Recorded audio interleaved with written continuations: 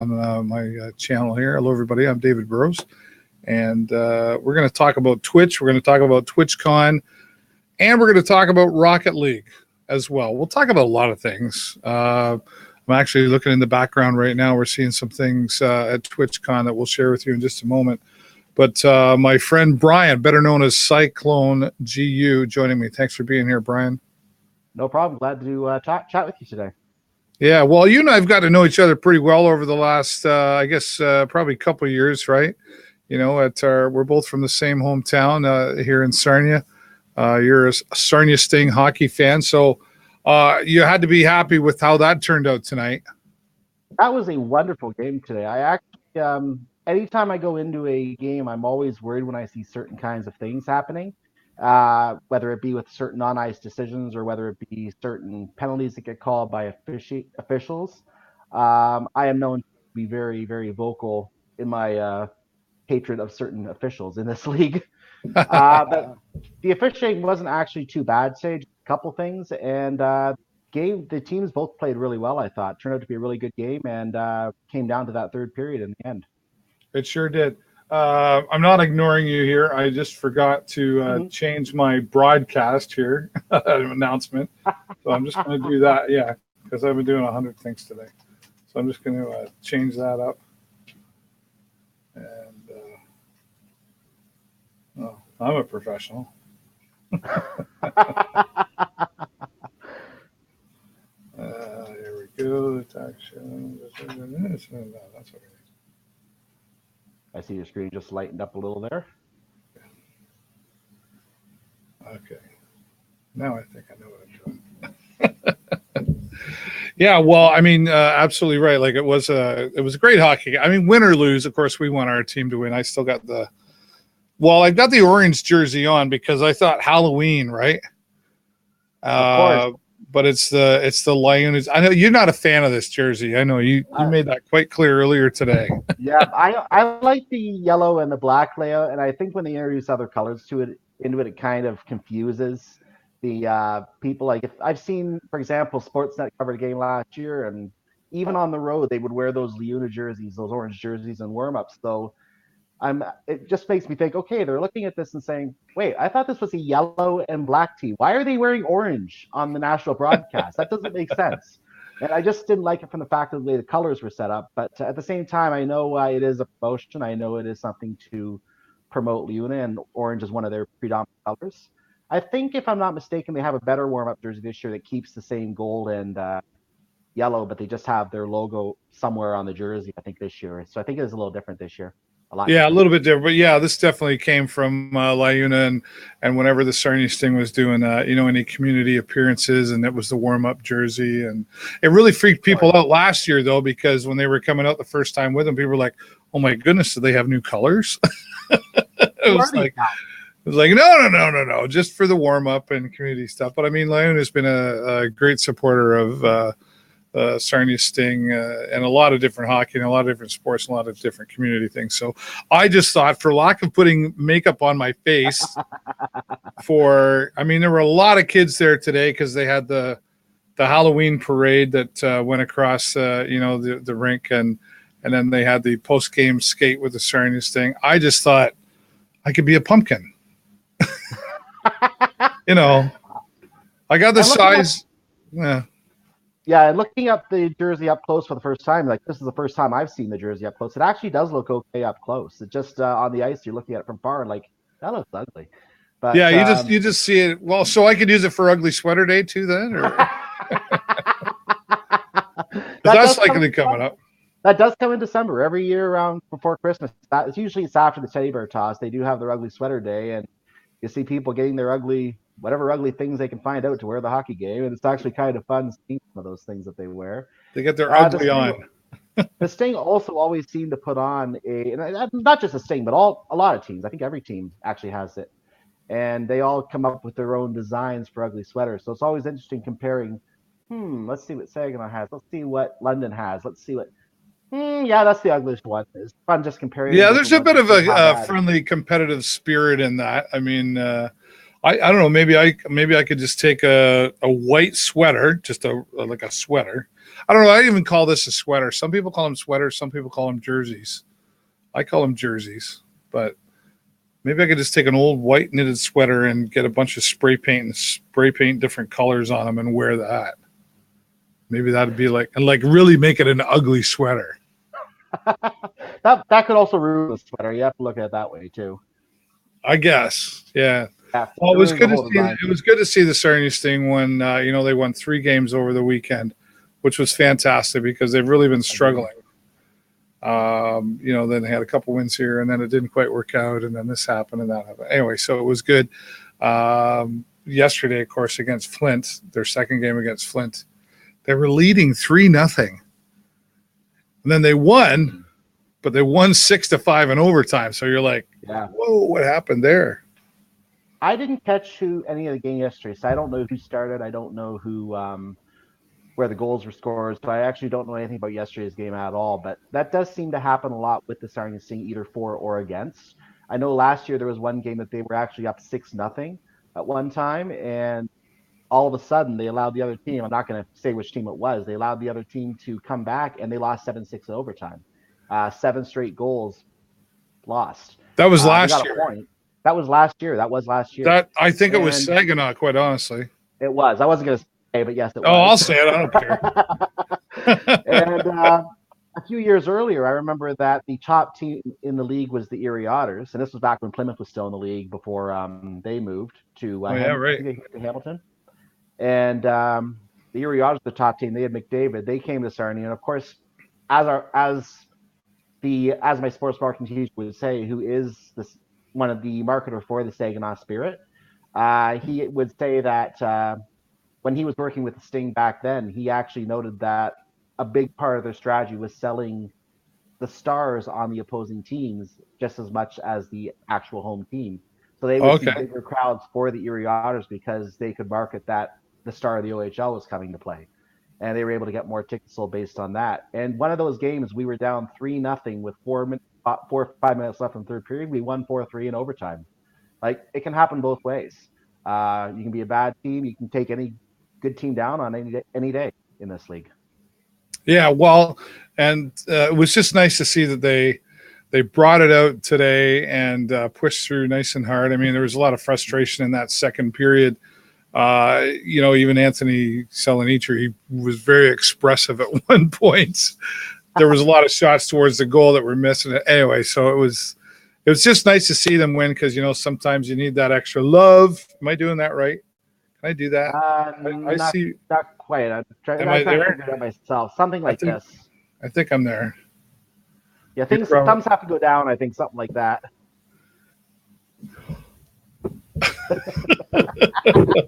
Something like that. Yeah. Okay. I don't know. I'm not that guy. Okay. Well, anyway, let's talk a little more about. I'm watching some stuff right now on my side screen here. Oh, there's Ninja actually. I'm going to pull this up. I'm going to see if I can pull this up right now because we're looking at.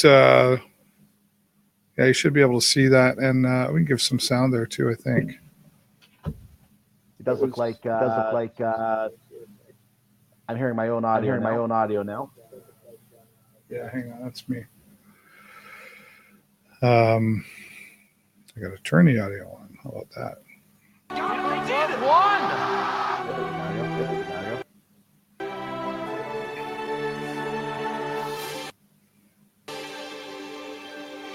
So we're TwitchCon is happening right now.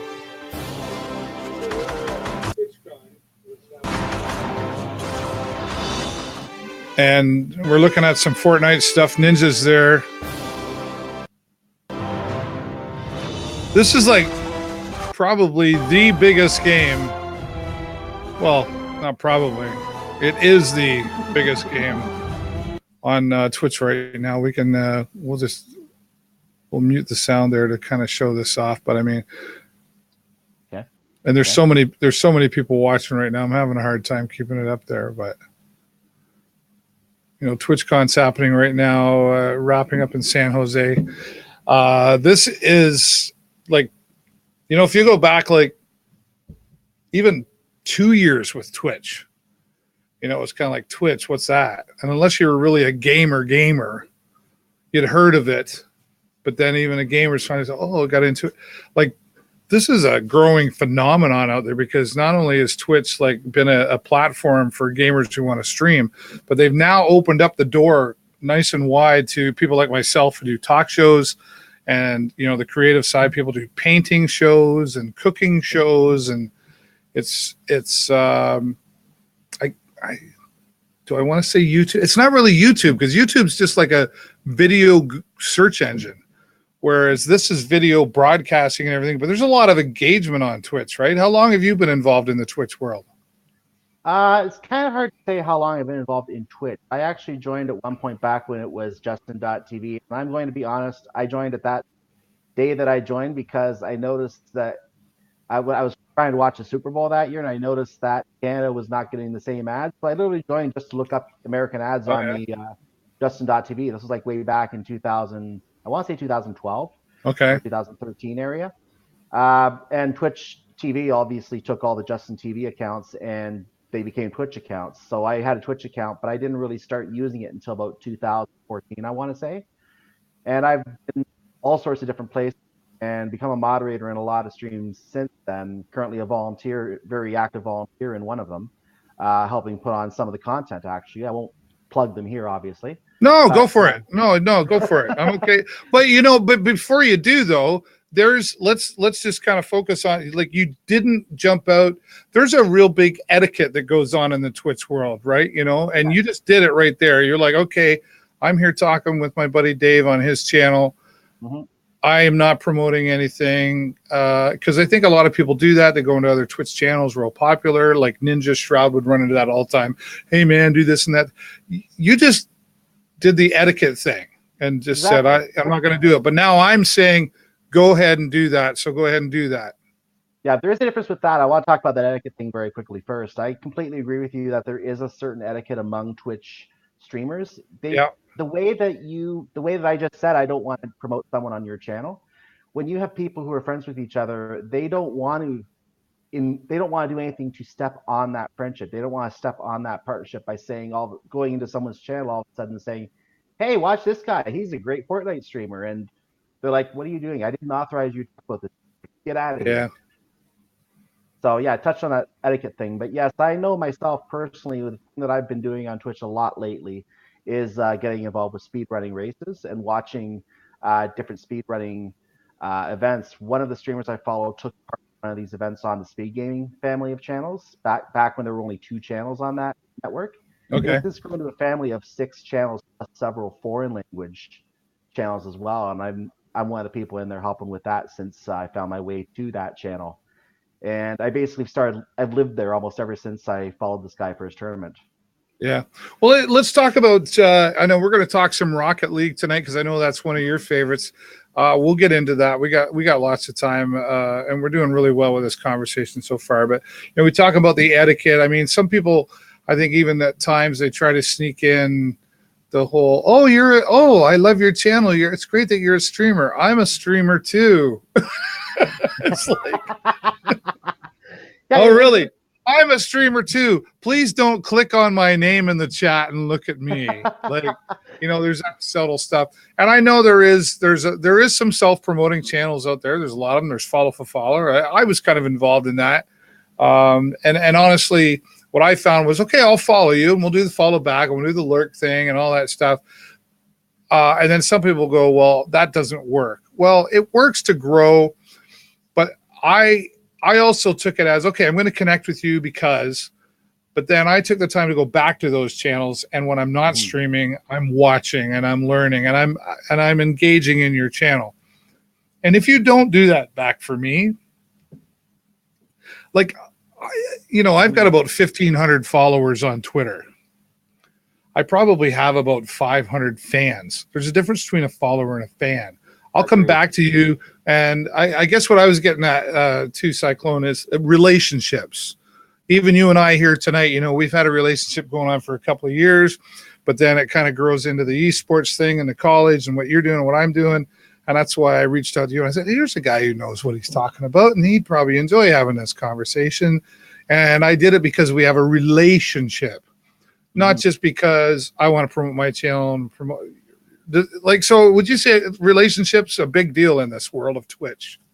In the world of Twitch, I actually do agree. Relationships are a huge, huge impact on how certain streams can be built. Now it's easy to go to any channel and say, "Oh, he has thousands of streamers playing Fortnite. I'm gonna go play Fortnite. I'm gonna get thousands of people. I mean, thousands of followers. I'm gonna get thousands of people following me when I play Fortnite." In reality, if you look at any list of people playing Fortnite on Twitch, you're gonna see the people on top who have 2,000. Then next, you're gonna see someone who has 500 who are currently watching. You're going to see next someone who has 167 people, and then the fourth person on the list is going to have 34 people watching, something like that. I'm just picking random numbers. I'm Yeah, just yeah, using no, it but as an it makes example. sense though. Yeah. So you're going to find there are hundreds of people playing Fortnite, and there are a lot of them that only have one, two, maybe three people watching them. You don't get popular by playing specific games. You get popular by the kind of relationships you have with people, by doing these. Some of it is scratch my back, I'll scratch yours type thing. Sure.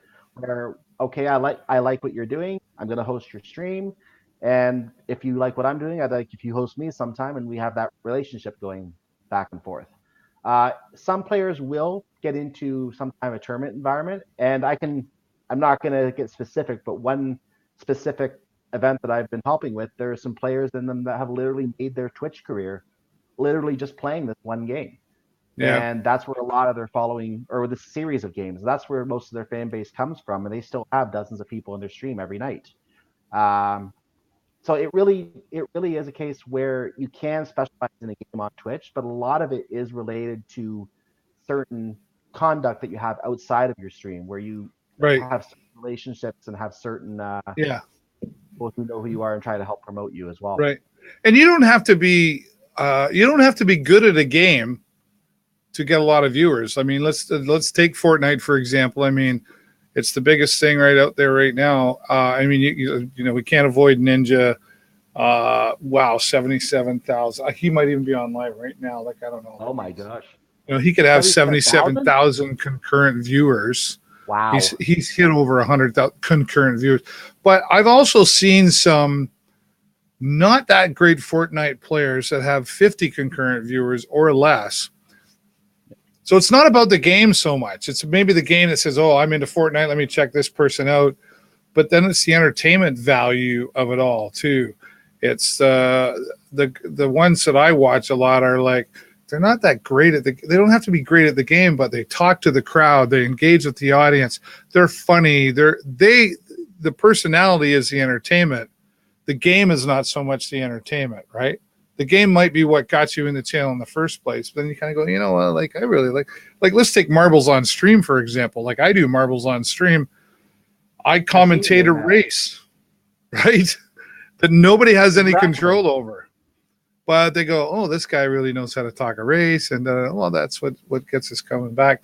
I've found being involved in, as you know, in the Facebook world with my talk shows there, I really enjoy that, and I won't stop that. But I'm streaming like 4 times a week on Twitch now, and I find the engagement level on Twitch, whether it's you know, somebody like you joining me on camera or engagement in the chat or all these, the engagement on Twitch is really big. Engagement.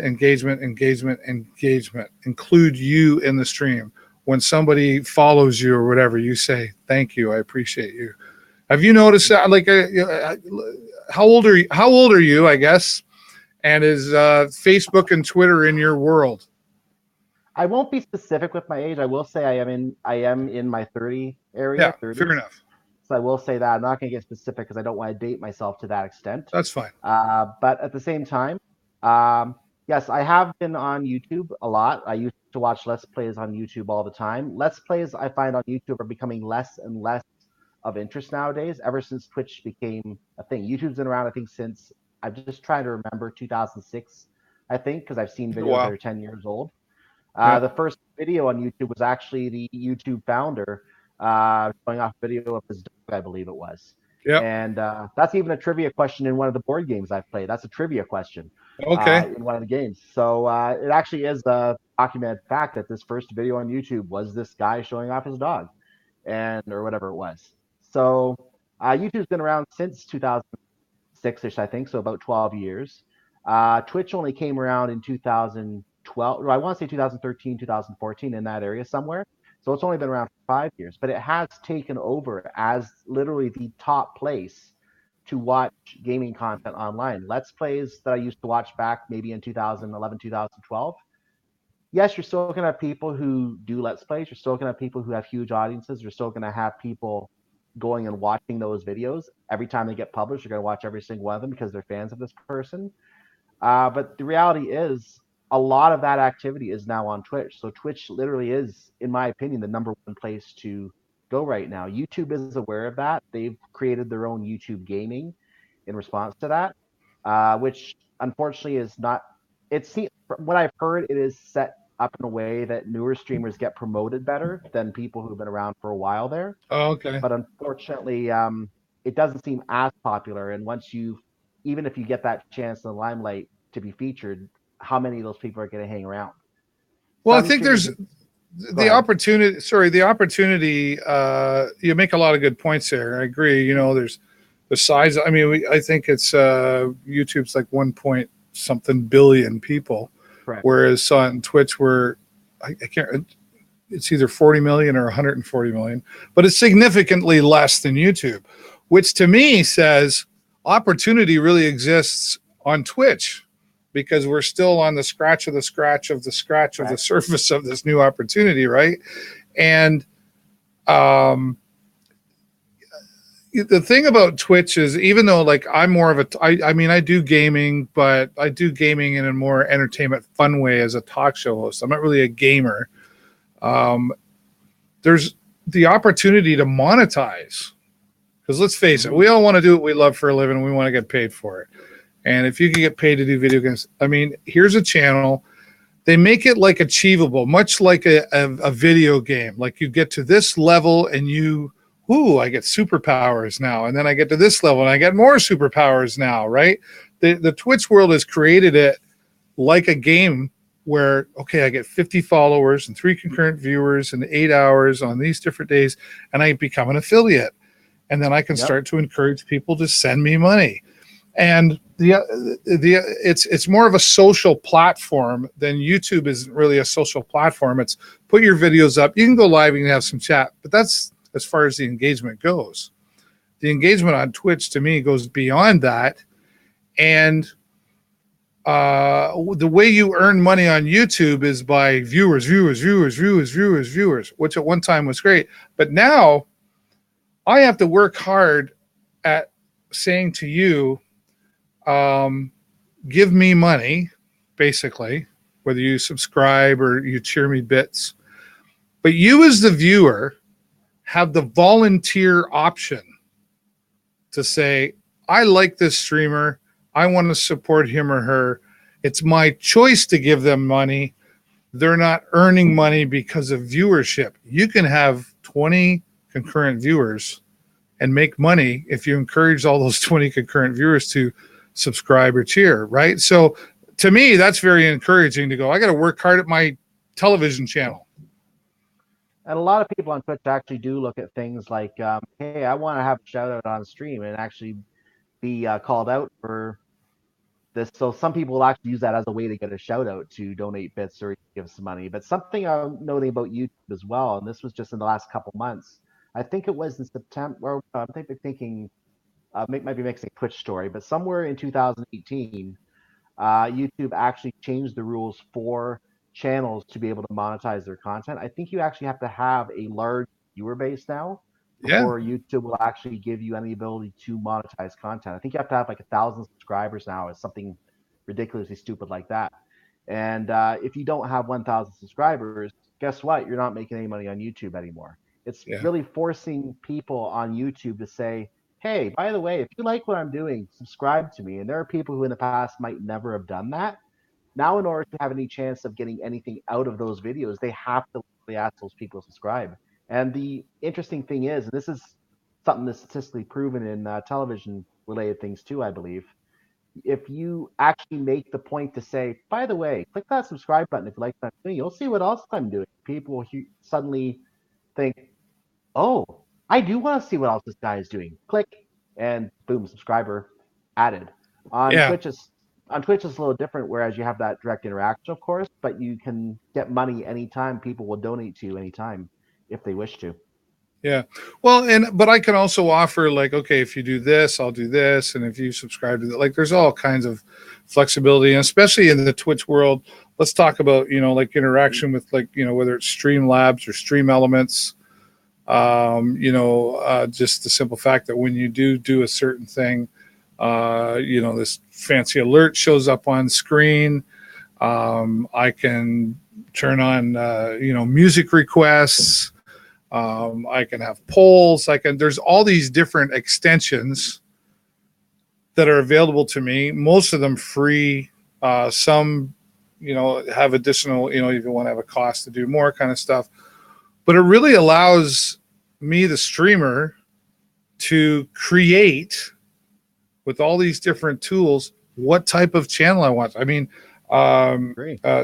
Dreg's Gaming is one I'll say him out loud. He's live right now.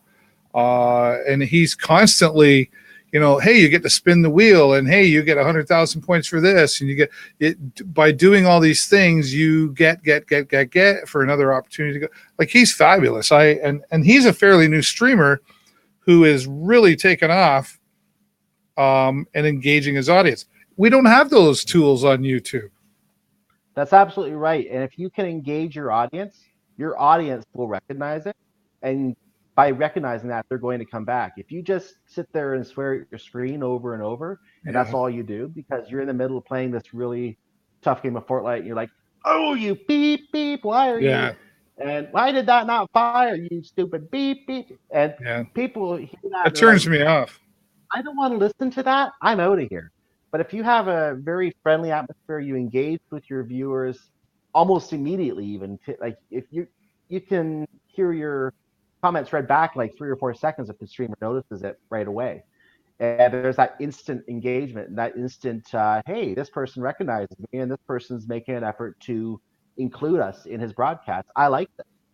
Yeah, They recognize that and they come back. That streamer I followed to my current volunteering activities, I've been with him for 3 years. I'm currently a moderator for that streamer, and he puts on a really nice, friendly show. And as you mentioned earlier, he's not the best gamer himself. right. Like he has speed run, but doesn't have any world records. I think you actually take that back. The world record for a version of a game that no longer exists because no one can play that anymore. But other than that, he doesn't have any world records, and he actually has a command that actually literally says "get good," and it's been used over 20,000 times. People telling him to get good.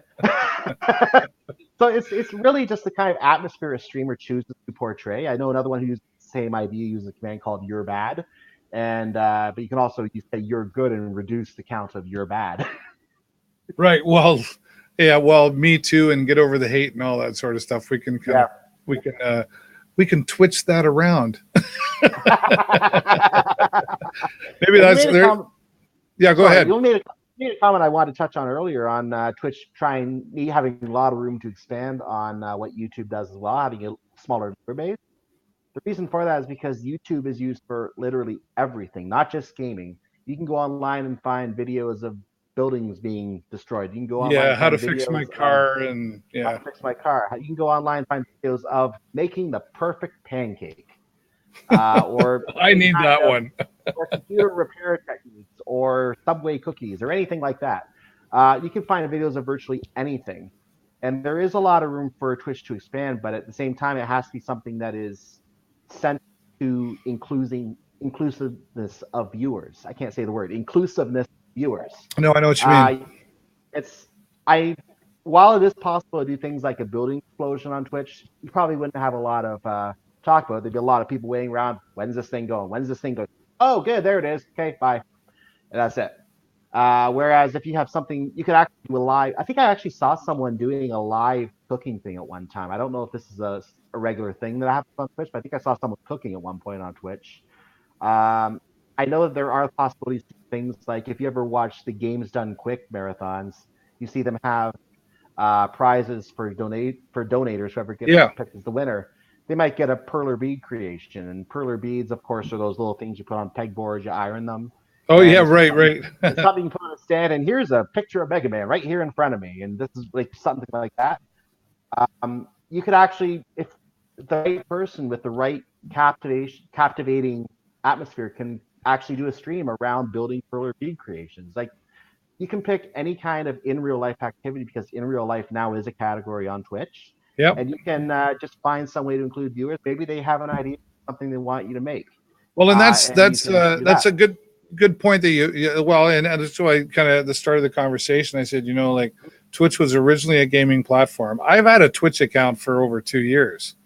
I remember when it first came around, and I saw the gaming thing. And I thought, well, geez, I'm not really seeing any talk shows or anything that I'm doing there. I should be. Well, why don't I get on there and get ahead of the game, right? And do this. And as I started to do it, and then I thought, well, okay, well, I better read the terms and policies. And the terms clearly said, if you're not gaming, you don't do it here. There's no don't do karaoke, don't do talk shows. None of that. It wasn't even just not happening. It was against their terms of policy here at Twitch. Back then, it would have been. 6 months ago or Yep. ish, whatever, they said, okay, we're opening up the door. We want you creators. We want you talk shows. We want people cooking. We want the Bob Rosses who are doing painting. Here's all these categories that are being created. And now like we're in the talk show and podcast. There's also another category called just chatting, which I think gets confused a bit. They think, oh, we're just chatting. Well, we're just chatting, but there's two of us. So to me, we're doing a talk show. But just Right. chatting is just, and I've done that some nights. You've run into me where I'm playing around with sound or whatever. And I'm like, hey, I'm just chatting. Don't expect anything. And people show up, and even, here we've had people, come in and go out. They watch for a little bit and they leave. But that's a whole new world here on Twitch. And they're in not only engaging, they're embracing that community that is looking for, I like YouTube, and like I've been a Facebook guy for 7 years as far as my talk show. I'm really excited about Twitch. I can combine a talk show and gaming, whether with the Black Squad or World of Warships or Fortnite. you know, I see it, and I don't. I play Fortnite. I play with my son because that's what he does. I play more like Black Squad and Ring of Elysium and stuff like that because I don't really stand a chance to stand out on Fortnite. But I do stand a chance at Black Squad when there's only 100 people watching. If the number one person streaming Black Squad has 100 viewers and the next one in line has 13 and I have 5, I'm in the top 3. Yeah, that's exactly correct. We've noted that with there was another streamer to follow, and I still follow them. I'm still a moderator for them. And at one time, they were one of, and actually, let me rephrase that. It's a family of 4 people. They range in age. I think it's now something like 12 to 23 or something like that. So the youngster is still like 12 years old. Okay. But these young kids, they're all exceptional players of a 2015 Wii U release called Super Mario Maker. Oh yeah. Okay. One of the middle of those three, I think it's at the time he was 13 or 14. He actually got involved in a competition, an online competition where it was literally invite only. You had to be recognized as a really good player of the game, and this is a guy who was the first to clear some really difficult levels in that game. Right. At one time, they streamed all the time. They have like I want to say 5,000 followers to their stream, but they don't stream Wow. as much as they used to. They stream less than they used to, so they don't have as much of the audience share anymore. They don't have as many hosts coming in as they used to. It's back to being a smaller stream again. But Right. there were times where I'd be looking on the Twitch page for Super Mario Maker, and hey, you're the top streamer. Everyone's coming to watch you right now. yeah. Like keep going. You've got all the audience right now, and really encouraging. Keep playing. Keep doing more, because this is the time that people are going to come and watch because everyone's watching right now. When you have that ability to stand out and be the top player on the board at any time, you're going to get a lot of people coming in, and that really helps the stream. When now at the same time, you can get those trolley people as well that come in and post. Well, let's just say unflattering art in SC text. Yeah. Um, that's where you have your moderator teams, obviously, to help keep that down, so you can keep doing what you do, and you just try and keep the kind of community you want to have at the same time as you're getting all these new people coming to your stream. Yeah, that's right. Well, that's a good point. Let's talk about moderators for a minute too. I mean, last night I was up late. I was doing my thing, whatever, and I do have now a moderator. Well, two if you include my son, but I have a moderator that gets on there that when he sees me go live and he's not busy doing whatever, he's there. And moderators have an important job. They're kind of like the Walmart greeter. When you walk in the door, so when you come into the chat, hey, thanks for being here. What made you stop by, and where are you from? And they do that engagement thing too, so that the personality or the on-air talent, if you will, can continue doing what they're doing. I can still glance and see that they're looking after it, and I acknowledge my moderators too. Oh yeah, like I had a person come in the other. There's a lot of people from the Facebook world as to. So we're using tonight what's called BeLive. BeLive.tv is a company for talk shows. If you just want to click a button and go live, and they've just added being able to go live on Twitch with their format. And so there's a lot of those people on Facebook in that world that I've known that are still staying on Facebook. They're like, what's this Twitch thing? And my moderator was like, we'll do this, click on this, and help. They're helpful, they're engaging, they're grateful. Moderators have a really important job. And of course, yeah, with it's trolls and crap that comes along sometimes. I mean, they're easy to deal with, right? I say, hey, listen, if you don't like it here, buddy, you can go somewhere else. I haven't blocked you yet.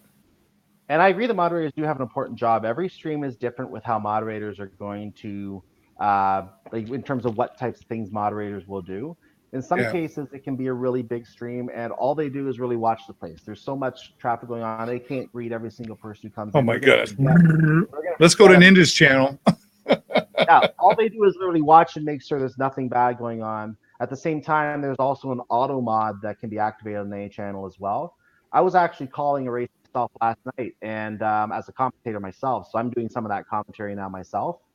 And I'm watching the Twitch chat, and near the end of the race, like we were getting close to wrapping up, I see a joke about Canadians in the chat. And I was okay with that because I'd said earlier that my commentary partner and I were both Canadian. I made a comment myself. This is what happens when you get two Canadians on commentary.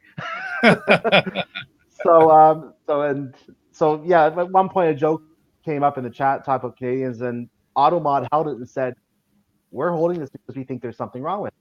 I'm reading this thing, I'm like, "What's wrong?" So one of the things that moderators can do, they see these messages before the rest of the chat does, and they can click to say, yes, this is okay. No, this is not. And whatever they do, will post it chat or not post it chat. So this is also an important function that moderators can have to make sure that certain kinds of content that are okay still get through, whereas the things that shouldn't. So they're there to help moderate the language of the stream and things like that as well. Yeah, well, and they can set the atmosphere, like you say. They can set the way there. That's like, hey, this is where we're at, and some people will go, oh, well, you're too sensitive. You know what? I'm not this or that or the other thing. This is how it is here. Mm-hmm. So it's kind of like, if you don't like it, turn the channel. Sorry, go over there. Go find that world that apparently turns you on or does whatever for you, because that's just not what we're about here. You were worried about would we have enough to talk about when I invited you to be here. We're only 20 minutes away from being into a full hour here. Yeah. And I really appreciate you coming by. I can see you coming back on a regular basis, and I know you've got school tomorrow at Lambton College here and stuff. But let's talk about one of your favorites, which is Rocket League. Are you an avid player of that, or are you more of a watcher, or where do you fit into that? I'm more of a casual player myself. I know that I'm referring to in terms of the esports games that we have going on at the college. We have, I think, 6, and I'm going to forget one or two of them, and I apologize, but I think there are 6 esports teams right now. at the Yeah. college. One is Fortnite. One is, of course, League of Legends, another free game that is really Ah, popular. yeah. And that's actually, I think, the most popular broadcast in existence on Twitch, and was even more popular than even the NBA Finals in Yeah. terms of viewership for last year's broadcast. So League of Legends, Fortnite, Rocket League, of course, Hearthstone is in there. CS:GO, I believe, on that as well. And I know I'm missing one. I'm going to kick myself when I find out what that That's is. fine. You'll look back later and go, "Oh crap, I forgot to say that." Of course. So there of the 6 games that are on the where we have teams right now, Rocket League is the one that I'm the most familiar with. And if I were to get in any kind of community aspect with any of the league teams, that would be the one I would probably get into, as I could probably do some commentary for that game, things like that, analysis. Unfortunately, this is the first year I believe that we've had a Rocket League team, so we haven't really built a base for that at college yet. Yeah. And if I'm wrong on being the first year, maybe it's the second. What I understand is I, the think first it's year. the second, but close Okay. enough. But Yeah. even so, it's still the whole idea is still very new with having esports teams as well.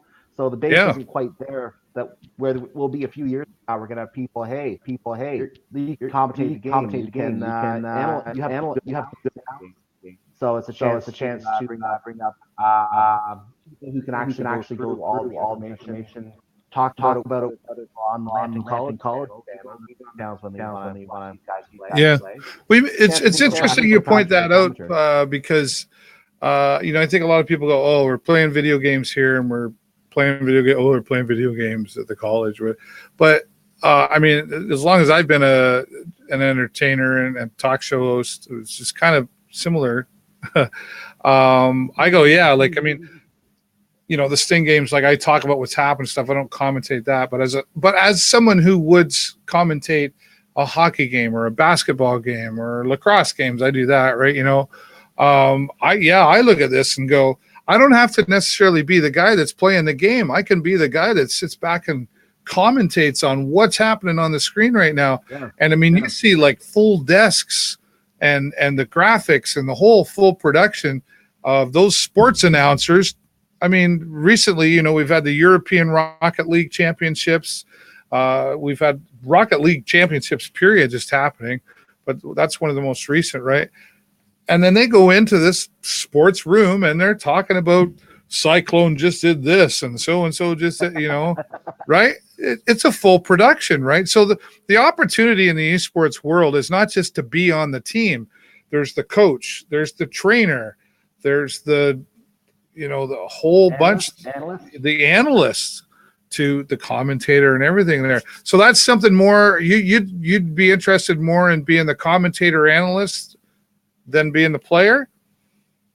I personally know for my own experience. Hearing the echo again, by the way. Oh, But I know personally from my own experience, I'm not the best. I'm getting older. I don't have the same kind of nimble skill at moving around that I did when I was younger. So I could take games that I would beat when I was younger. I'm like, I'm having a hard time with this now. I'm not as good at this anymore.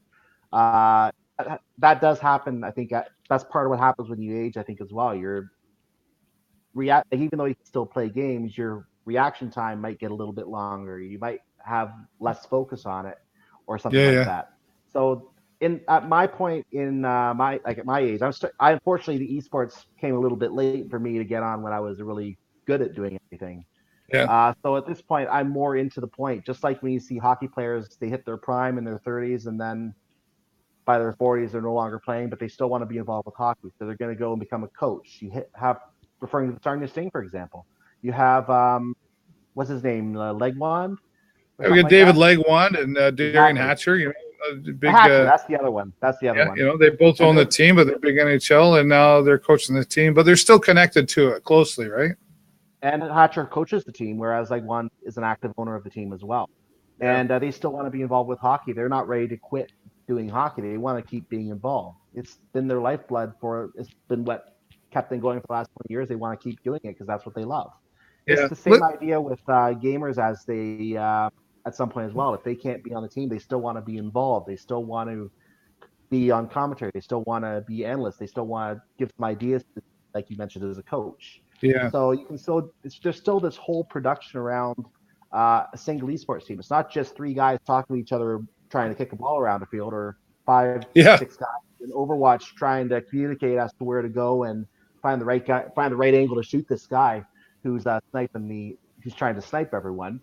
And there's also the guy who's watching in the background saying, "Okay, this you did this. I like that you did this, but you can do this better," and trying to give some extra ideas for how to improve on the play, especially when you get to the championship level. You're You can against be the another guy really on the top team. bench, right? You can be the Exactly. guy on the bench.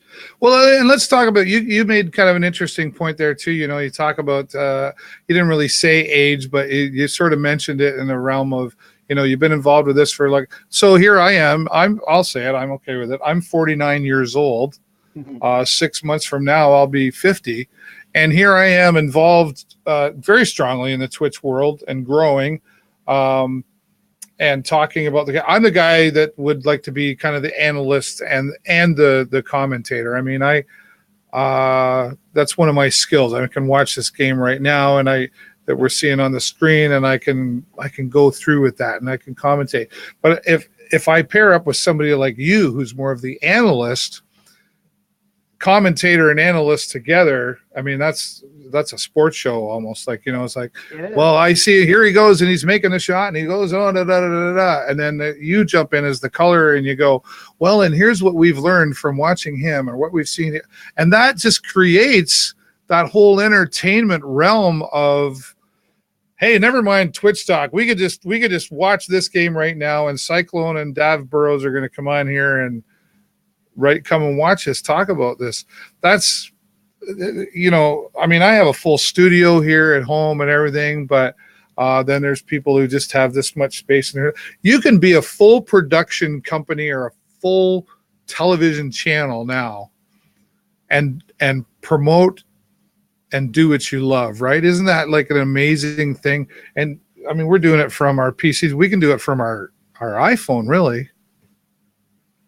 That is very true. And in fact, I personally have started in the last week, as I said, getting into commentary myself. I think I've already done like 8 or 9 races just in the last 8 or 9 days so I've literally a race a day.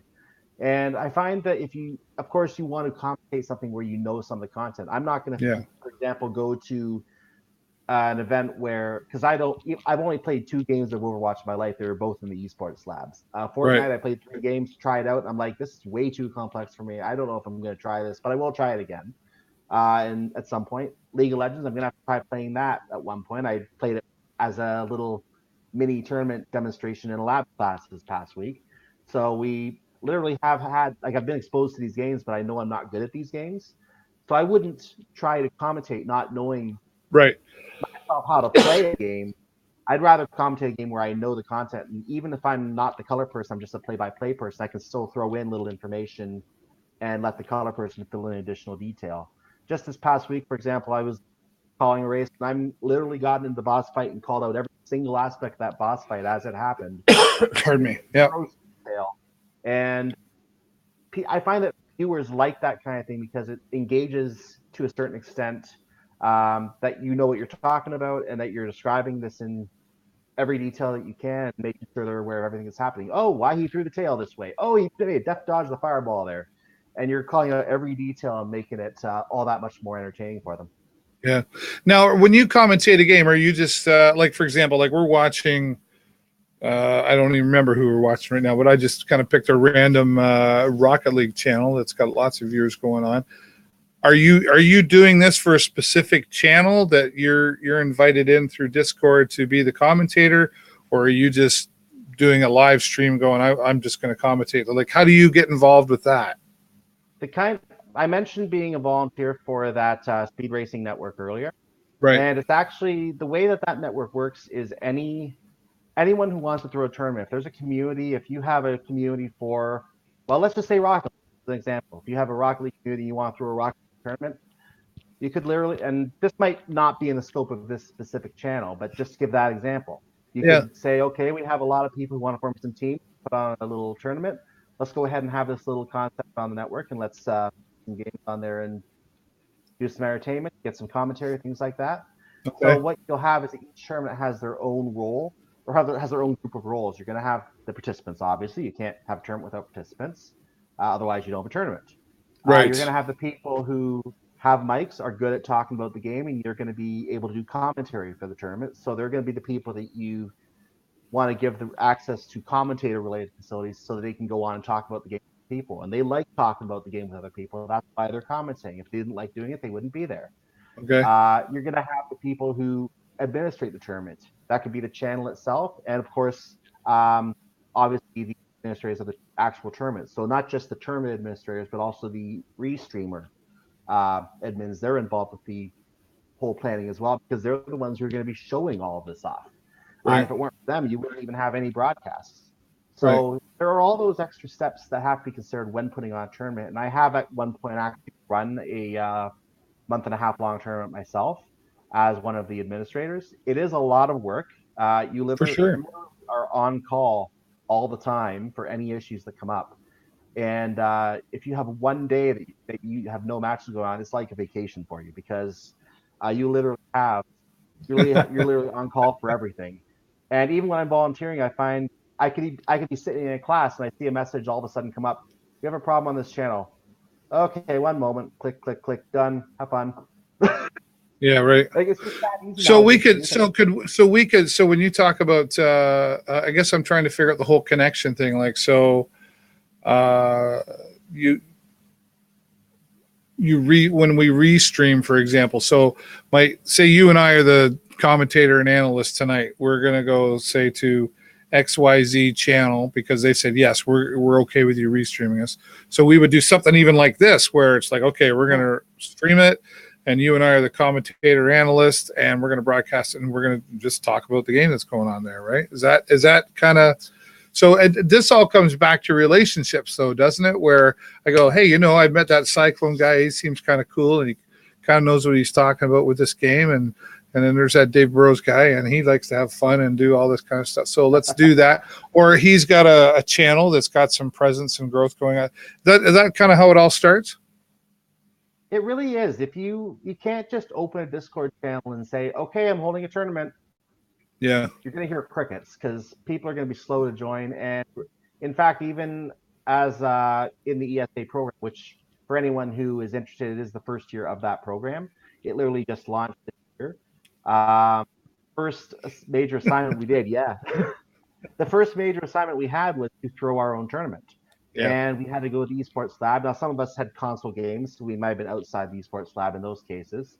But we've had 8 of the 11 tournaments already on. There's still 3 more going on. I know Super Smash Brothers is one of them, which, for all we know, could have an esports team for Lambton next term at the college because the new game's coming out for that. That could happen. I approve of this. I'm in on that if it happens.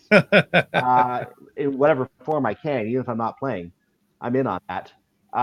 So yeah, that's one of the games that's left. I think CS:GO is left, and I forget what the third one is. And I apologize to that group if anyone in that group is watching. But we've had other tournaments already go on. Like Fortnite had a tournament, Overwatch had a tournament. My group did the Super Mario Kart, Yeah. another Wii U game. We had a Rocket League tournament. Speaking of Rocket League, right now we had a tournament for that as well. I actually just checked out the Rocket League event on Wednesday. Originally they planned to have 20 people. Unfortunately, an English class got in everyone's way and only had 8 people show up. An English test, I should say, got in everyone's way. Darn So, English. darn those tests. Why do you have to have a test Trying when to I have want to fun take over part? here. We're trying to show off here. Let us show off. Yeah. Yeah. Yeah, things like that. And it really teaches you how to do the planning aspects of everything. My group was expecting 15 people. We were the first ones to go actually because the one that was supposed to go before us, I won't say which one that was. They actually had to cancel because they found out no one was going to be able to show up, and one of their members, I Yep. guess, wasn't available. Yep. So we ended up being the first one to go. I think 2 weeks ago now, almost 2 weeks ago, and we expected 15 people. In the end, we had 11 people, and during the qualifier round, 4 people left. So all of a sudden, my plan to have a 16-person bracket was down to having 7 people left in the qualifier round, and it teaches you how to adapt on the fly to these changing aspects. Yeah. Like I've done online tournaments before, but it's a whole different ballgame doing things in real life. You have to consider that everyone's there. You're doing everything in a 2-hour time frame, 3-hour time frame. Well, I mean, the commitment thing that comes out of that too, Brian, is, my son's involved with that, and I know he was part of what you were just talking about there, and and I said, well, what like tournament is he doing, by the way? what? Well, they did the Which game was he doing? NHL Yes. 19. last week, NHL. I right? remember I was there for that event. That was a great event as well. But it was, but they canceled their first one, and then. But here's the thing: it's like if I have invested, say, $20 into a tournament, I'm more likely to show up to that than if I have no money involved. I've said, yeah, I'm going to be there, and then a better deal comes along. Well, I don't have any investment in my commitment, right? And we should say, well, if you said you're going to be there, you should be there regardless of what happens. Yeah, but the truth of the matter is, if I haven't invested any money into that, or I have no loss for not showing up, it's okay if I don't show up. I don't feel bad. But if I put some money into it or something like that, I'm like, well, I got $20 into that thing. I really should show up for that, because especially if I say, give me $20 to sign up, and if you show up, you get your money back. Oh, there's an interesting point. There's a clue for you, just saying. Yeah, But that's part of that whole commitment thing too, right? I mean, like my son, he'll show up all the time because he's that passionate and loves it that much, right?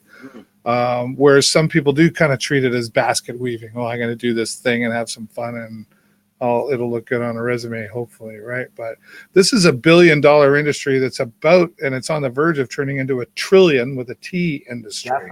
Definitely. This is, and like I say, it's not just playing video games. There's the commentator guy. That's where I want to be. I want to be the commentator guy and the analyst, right? And I do production and all that stuff, and I like to play the games. I'll play Rocket League. It was the first thing I learned to play. Well, learned to play. It's the first thing I was happy to play, because I thought it was the simplest, because it just had a controller. How hard can it be? I got to race. I got to go forward and fast and left and right. Holy crap. I watched some of these guys, especially the European challenge that was just on. They don't even touch the ground. Yeah, they just keep amazing. flying. And it really is amazing. What button? What button is that? What button is the infinite button? I want to know where that is. No, it really is amazing watching some of those really highly skilled players. This is the same with any game, not just Rocket League, but just because this is a sports event in itself, it is entertaining just to watch someone who's good at the game. Just watch this ball coming flying up, and all of a sudden you just see him go bonk, and it stops the goal from going in. They get the save out of it. And it's like, how that? Did you know that was going to go? What how did you figure that out? I still want to know. Did you just have auto aim? Like, come on. Like, yeah, right. Right there. You saw it right now in the video right now. It just had an amazing save right there to. I don't even know how it happened. That's him. what I love about playing Black Squad. I get all these machine guns and everything. I don't have to be a good shot. I just shoot everywhere. But even then, I suck. I'm like, I can't. I was aiming for his head. How did he? I'm sure I hit him 3 times. How did he just shoot me once? Anyway. You know what, Brian, this has been a really fantastic conversation. And look how we killed an hour. We could probably go another hour, and I'd be okay with that, quite honestly. And I'd love to have you back. I know you got school and stuff, but I'm going to put you on the list as one of my regular guests that come back, because you're a great conversation. You're very knowledgeable, and I appreciate that.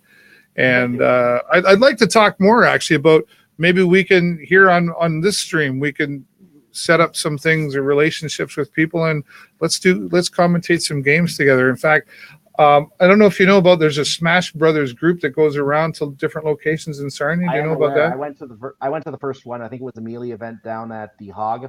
The Hog, yeah. Yeah. So I went to the first one.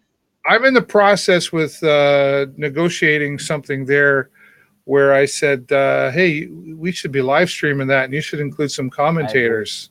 I told them the same thing on that first event. Yeah, well, so I've been talking with them, so hopefully we can pull that off, and I'd be happy to include you with that. So that's you've got a big day tomorrow, a long day tomorrow. So I appreciate you giving me your time. So don't be on Twitch all night tonight. You study and get to bed early, young man. Let me think about that. Yeah, okay. I won't tell anybody. Hours? That's a good idea. Yeah, okay. Well, Brian, thank you so much. I love the relationship that you and I have created, and I can see us doing more of this stuff. So all the best to you tomorrow. I'm sure we'll be talking soon. Reach out anytime, okay? Thank you. And if you ever want me on for any Sting conversations and during the intermissions, feel free to ask for a call. You know what? I will take you up on that. I'll include you for sure. Thanks, Brian. Take care.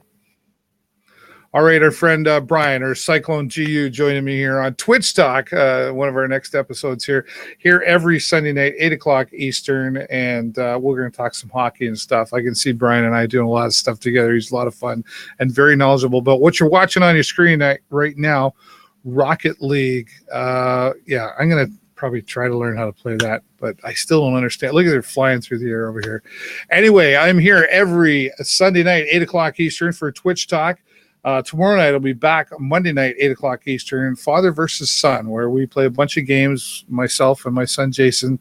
He pretty much kicks my butt. Once in a while I get a kill in on him. And then Tuesday nights, it's game night. Marbles on stream, Jackbox Party. The new Jackbox Party's out. Wednesday night I'll probably do a special stream because it's Halloween, so I might try to scare you. I'm not very scary, but anyway. Thanks so much, everybody. Follow us everywhere on Dav Burrows and all the social medias. I do appreciate you watching. Until next time, take care, and we'll talk to you soon.